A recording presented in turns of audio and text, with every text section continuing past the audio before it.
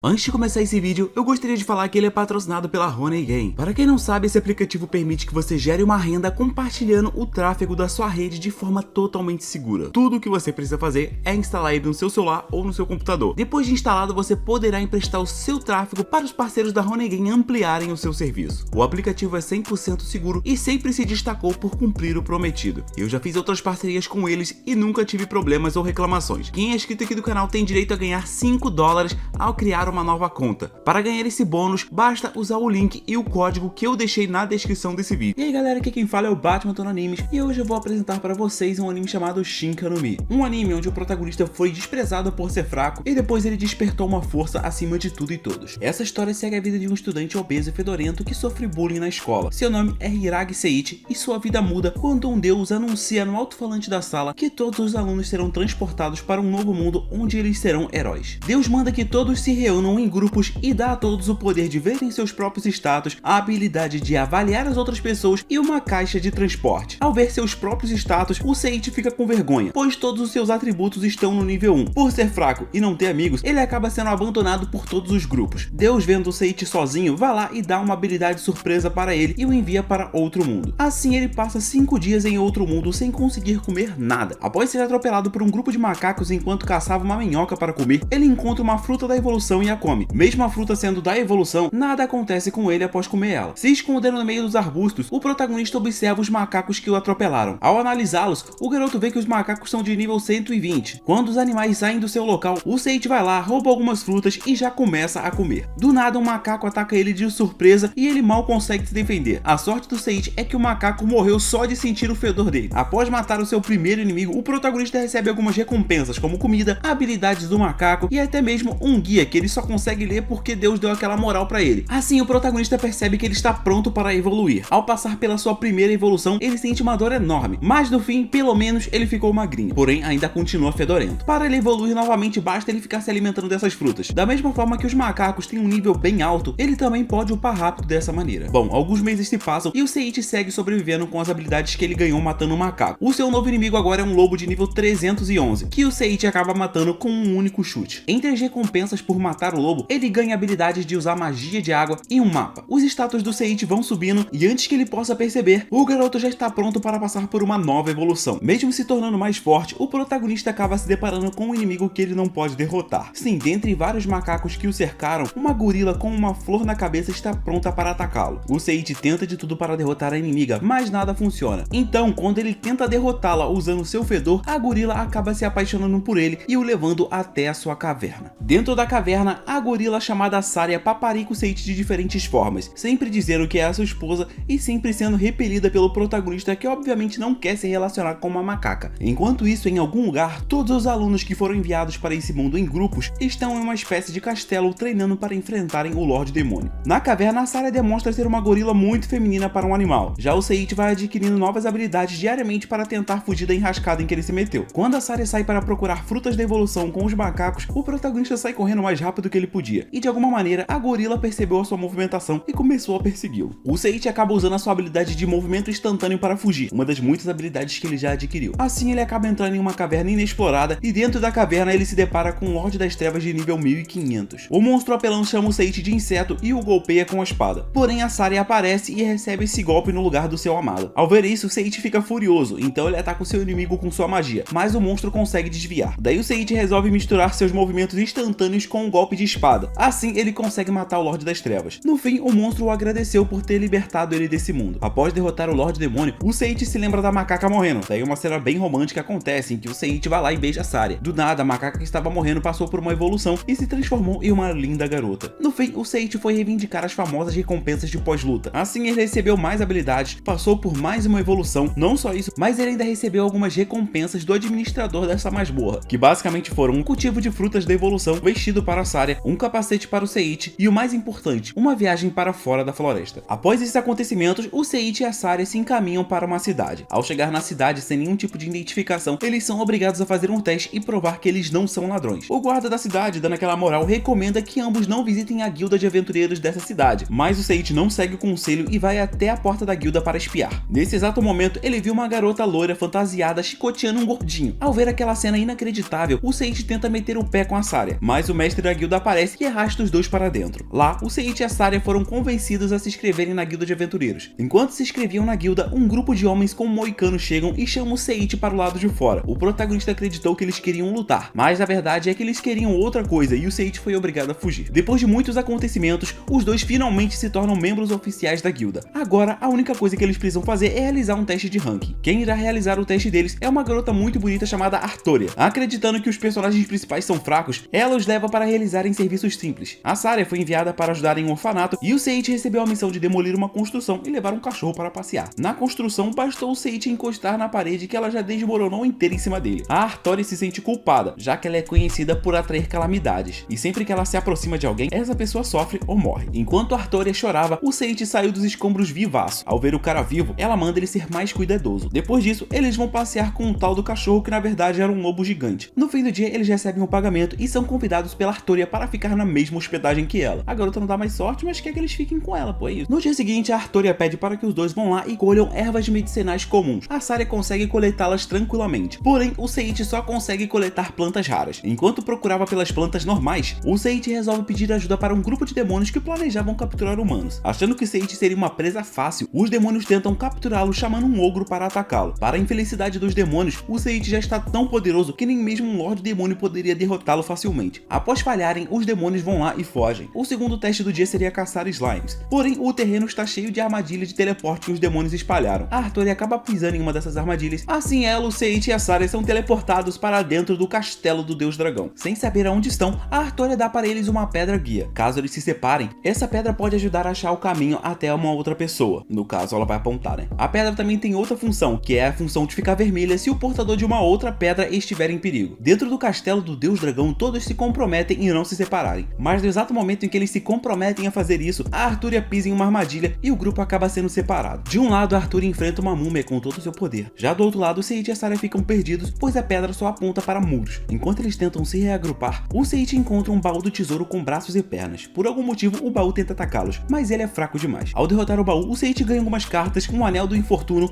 e um livro. Do nada, a pedra que a Saria guarda fica vermelha, e isso significa que em algum lugar deste castelo, a Artoria está em perigo. O perigo que ela enfrentava era bem simples de se derrotar, somente o Deus Dragão. Tirando a zoeira, a garota estava enfrentando um ser tão forte que nem mesmo seus melhores golpes eram capazes de incomodá-la. Quando a Artoria estava prestes a ser incinerada pelo dragão, o Seiichi e a Saria chegam a tempo de salvá-la. Acontece que quando o Seiichi viu a pedra ficando vermelha, ele conseguiu sair de dentro do labirinto quebrando as paredes. Assim, ele e a Saria chegaram a tempo de salvar a Artoria da incineração. Assim, a Saria curou a Artoria com algumas poções e o Seiichi começou a enfrentar o Deus Dragão. Primeiro, o protagonista tentou usar suas melhores habilidades contra o Deus Dragão, mas nada surtiu efeito. O Seiichi não desiste da luta e novamente ele consegue adquirir novas habilidades para vencer um inimigo muito poderoso. Segunda vez que isso acontece. As recompensas por ganhar a luta dessa vez foram vários poderes mágicos e físicos. Até mesmo uma gema do dragão ele recebeu, e ao comê-la, o protagonista teve todas as suas estatísticas aumentadas e também conseguiu aumentar o seu nível até o limite. Depois disso, todos conseguem voltar para a cidade usando o poder do Seiichi. Artoria se desculpa para eles e mostra que as suas estatísticas de sorte eram menos 20.000. Por conta disso, várias coisas ruins acontecem com ela e com as pessoas que estão ao seu redor. Na guilda de aventureiros, os membros mais bizarros já estavam se preparando para irem atrás dos seus amigos. Ao verem que eles estão sãos e salvos, os membros ficam aliviados. A Artoria continua triste por tudo que aconteceu e ela acredita ter sido a causadora disso. Por isso ela foge para os escombros da casa demolida e começa a chorar. O Seiichi procura por ela e ao encontrá-la, ele abraça a garota e depois disso ele dá a ela o anel do infortúnio. O Seiichi explica para a Artoria que com esse anel, a má sorte dela passaria de menos 20.000 para 40.000. Como isso vai acontecer? Eu não sei, pergunta o autor. O Seiichi também promete protegê-la e ficar sempre com ela. Para a Artoria, isso parecia um pedido direto de comprometimento, mas para o Seiichi, ele só estava sendo bonzinho de uma maneira exagerada com ela. No fim do dia, o Seiichi foi obrigado a fugir da promessa que ele mesmo fez. No café da manhã, o Seiichi conversa com a Saria sobre o comportamento estranho da Artoria e depois eles decidem o que irão fazer nesse dia. A Saria vai ficar com as crianças no orfanato e o Seiichi vai em busca de informações. Enquanto isso, em outro país, as autoridades supremas estão pensando em usar pulseiras de escravização naqueles estudantes. Com essas pulseiras, eles pretendem obrigá-los a treinar muito mais. De volta à cidade, o Seiichi estava em uma biblioteca procurando sobre o Lorde das Trevas. Como nenhuma informação parecia confiável, o Seiichi começou a estudar magia. Do outro lado da cidade, a Artoria conversava com a sua amiga Adriana a respeito do Seiichi. Nessa conversa, a Artoria descobre que está apaixonada e decide se declarar para ele. Enquanto isso, o Seiichi havia dado uma pausa nos estudos e havia encontrado um bom restaurante para comer. Lá, ele faz um novo amigo chamado Hanzi. Esse amigo informa ao Seiichi que dar um anel para uma mulher da maneira que ele fez é basicamente um pedido de casamento. O Hanzi então vai lá e aconselha o Seiichi daquela maneira braba. O conselho do cara foi o seguinte: Meu querido herói, fique com a Sarah e com a Altria, pois vida você só tem uma e você tem que aproveitá-la. Após ouvir os grandes conselhos do seu amigo Hansi, o Seiichi toma sua decisão. A decisão dele é desfazer o mal-entendido, contar o que realmente aconteceu para a garota. Então o Seiichi segue para o orfanato para contar tudo isso para a Sarah, porém no caminho a Artura se encontra com o Seiichi e mete o beijão nele. Depois disso a garota vai lá e se declara para ele. A Sarah chega nesse exato momento, daí o que a ex-macaca vai lá e faz? Ela pede para que o Seiichi aceite o pedido da Artura, e assim eles formam um trisal. Incrível, autor, emocionante.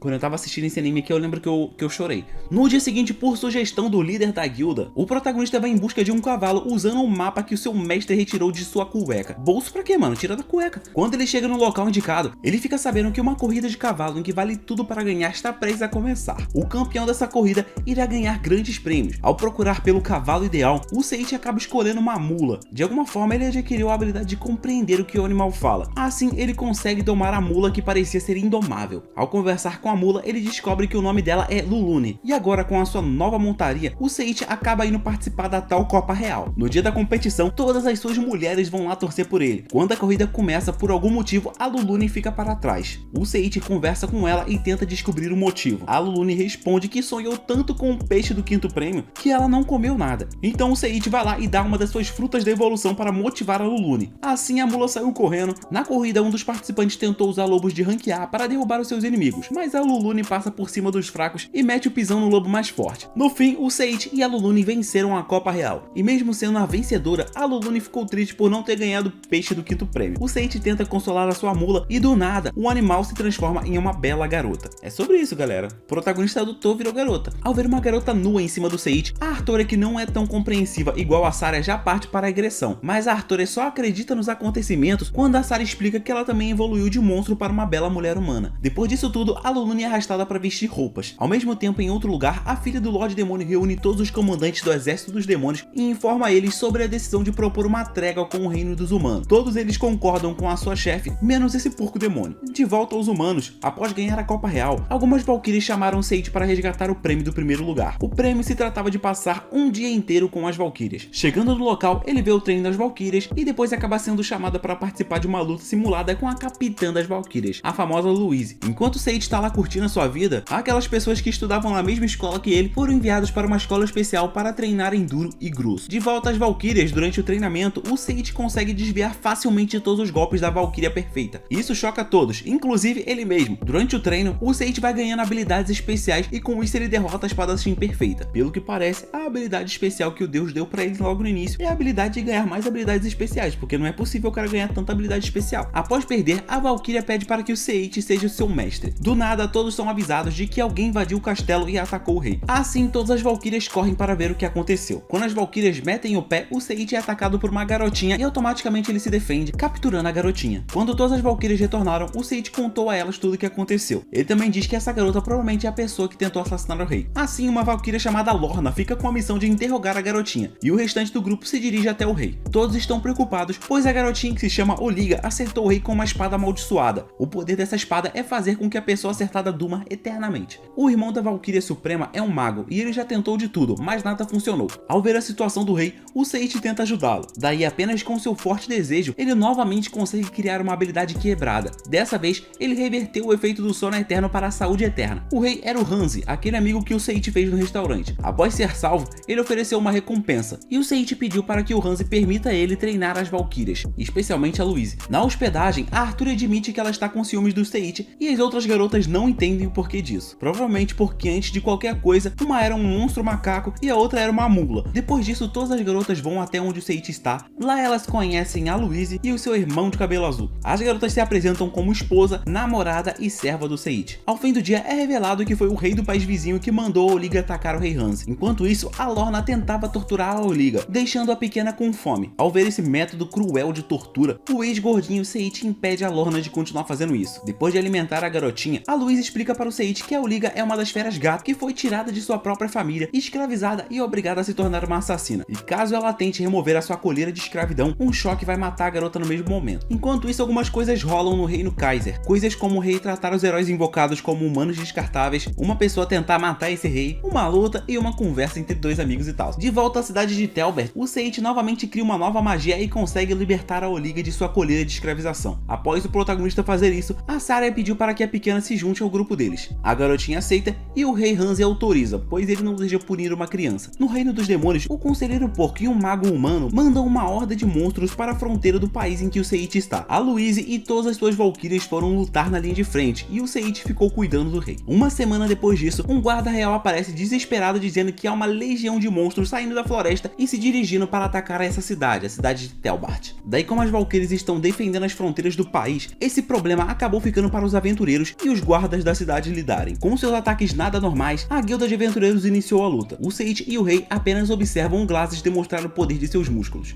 Todos os aventureiros se esforçam e quando a luta já parecia estar ganha, uma grande horda de monstros de nível chefão chegam à batalha. Ao ver todos os seus amigos sofrendo, o Seiichi dessa vez decide criar um feitiço de longo alcance que pode derrotar todos os monstros. Porém, esse feitiço não pode atingir seus amigos no campo de batalha. Sem passar por nenhum tipo de sofrimento, o Seiichi acaba criando um novo feitiço. Ele nomeia o feitiço de julgamento e ao usá-lo, o mesmo acerta de uma vez só todos os demônios. Faz a limpa. Após derrotar todos os chefões, o Seiichi ganha várias habilidades extremas, sobe de nível além do limite. Após isso, um homem que eu esqueci o nome, acho que era esse aí, bom, ele convida o Seiichi para dar aula em sua academia. O protagonista diz que só vai ir se ele puder levar as suas companheiras e o cara aceita. E a ideia deles é partir após o retorno das valquírias. E enquanto elas não voltam, o Seiichi leva as garotas para passear. Quando as valquírias finalmente retornam, a Louise até pensa em ir com o Seiichi para esse lugar, mas ela não pode fazer isso, pois o seu maior dever é proteger o rei. Assim, o grupo do Seiichi se compromete em voltar um dia para essa cidade, todos se despedem e o grupo do personagem principal parte para a academia de Barbador. Mal sabia eles que o porco demônio já tinha planos sombrios envolvendo aquele lugar, e que provavelmente o Seiichi encontraria as pessoas que o abandonaram quando ele era um simples gordo fedido de nível 1, com todas as suas estatísticas no nível mais baixo que existe lá na escola. Qual será a reação deles quando encontrarem o Seiichi magro, forte, com 2 animais que virou garota e uma garota normal? Qual será, hein? Eu não sei. Só na próxima temporada.